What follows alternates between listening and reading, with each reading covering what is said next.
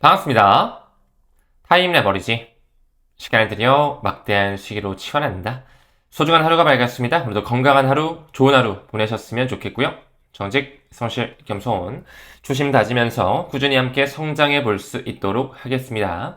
천천히 들어가 볼까요? 첫 번째 PwC의 마크가 보여지고 있습니다. 세계 4대 회계법인으로 손꼽히죠. 이 프라이스 워터하우스 쿠퍼스가 이제 슬슬 미국에 대한 규제 변화에 따라서 암호화폐 사업을 확장하기 위해 이런 구조를 재편하고 있습니다. 얼마 전에 우리나라의 신한은행이라든지 여러 가지 시중은행들도 이제 크립토 산업, 블록체인, 스테이블코인 결제 이런 것들을 받아들이고 산업을 육성시키기 위해 구조 개혁을 하고 있다라고 말씀을 드렸는데요. 이제 이런 글로벌적인 회계 법인들도 슬슬 움직이고 있습니다. 우리가 잘 알고 있는 KPMG라든지 딜로이트와 같은 이런 대형 회계 법인들까지도 과거부터 암호화폐에 대한 연구를 꾸준히 해왔고요. 무엇보다 리플 XRP에 대해서도 이 소송이 있었을 때부터 증권이 아닌 상품으로 이미 분류시켜 놓고 있었다. 또한 희소 자산으로서 디플레이션적인 토큰화 구조 또한 강조하고 있었다 말씀을 드렸습니다. 현재 일본 도쿄 증권거래소에 상장된 넥슨 잘 아시죠? 게임 회사잖아요. 또 김정주 회장님이 굉장히 암호화폐 섹터에 대해서 관심이 많으셨고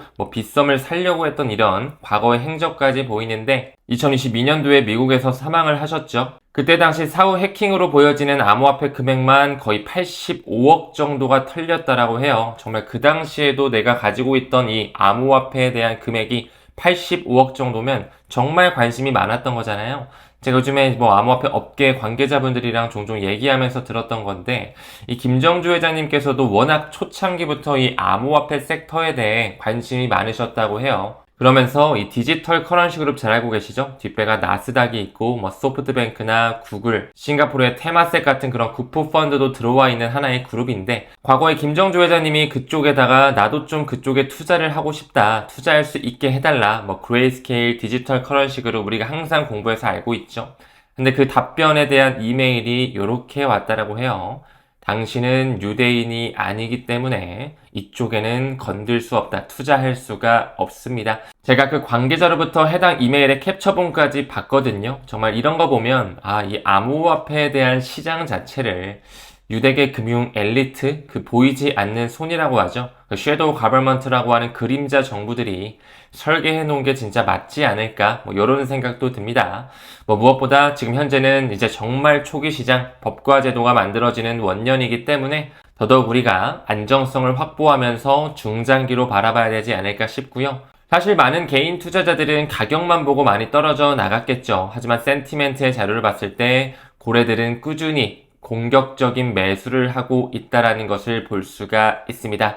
그렇기 때문에 이런 기사가 나왔겠죠. 1월 7일자 기사고요. 고래는 쓸어 담고 개미는 던졌다라고 하는 온체인 지표의 정황들이 보여지고 있습니다.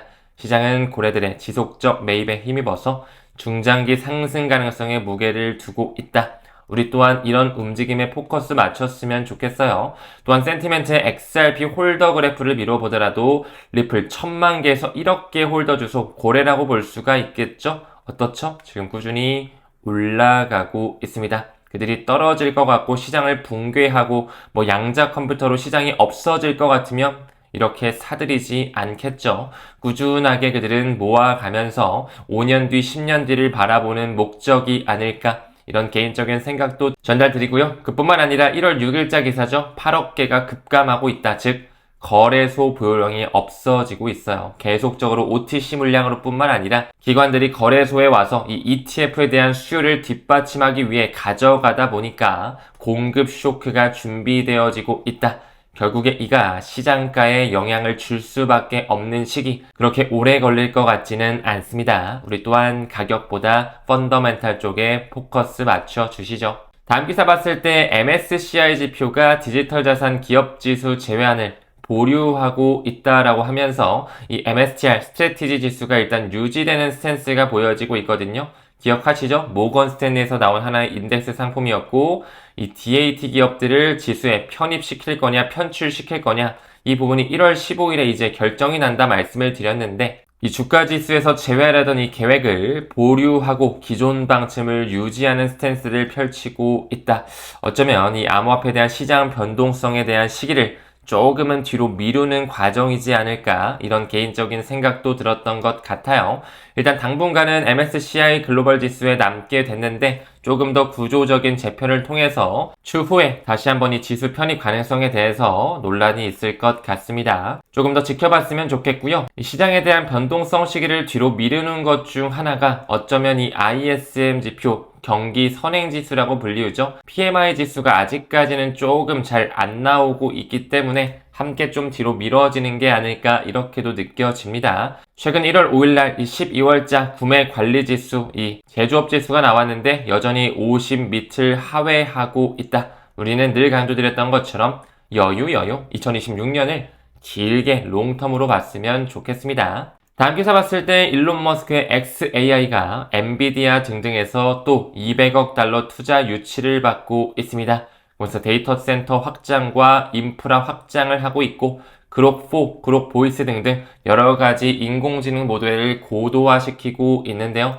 현재 일론 머스크 같은 경우는 X뿐만 아니라 보링 컴퍼니, 뉴럴링크, 스타링크, 테슬라 굉장히 많은 사업을 거느리고 있죠. 무엇보다 올해 하반기에는 스페이스 X의 IPO가 준비되고 있다고 말씀을 드렸고요. 오픈 AI도 밑단으로 가장 큰 IPO 목록에 어깨를 올리고 있다. 또한 리플사 역시 굉장히 큰 투자를 꾸준히 유치받으면서 IPO에 대한 가능성이 열리고 있는데요. 그 부분의 일환으로 최근에 모니카 롱 사장 같은 경우 우리는 아직 IPO 계획이 없다. 성장 전략, M&A 전략에 집중하고 있으면서 RWA와 스테이블 코인, 토큰화 자산 실용화에 포커스를 맞추고 있다 이렇게 말하고 있네요.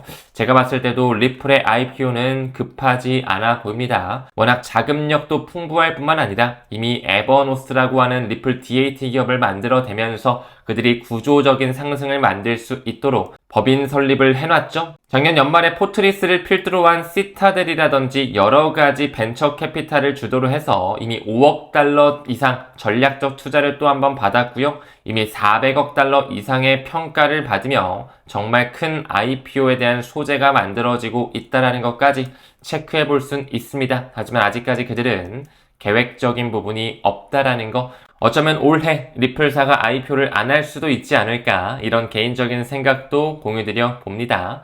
다음 기사 봤을 때 이제 은행권에서 1호 코인 ETF가 나올 수가 있다. 모건 스탠리가 움직여지고 있죠. 블랙록에 도전장을 내미는 거 아니냐 이런 식의 기사인데요.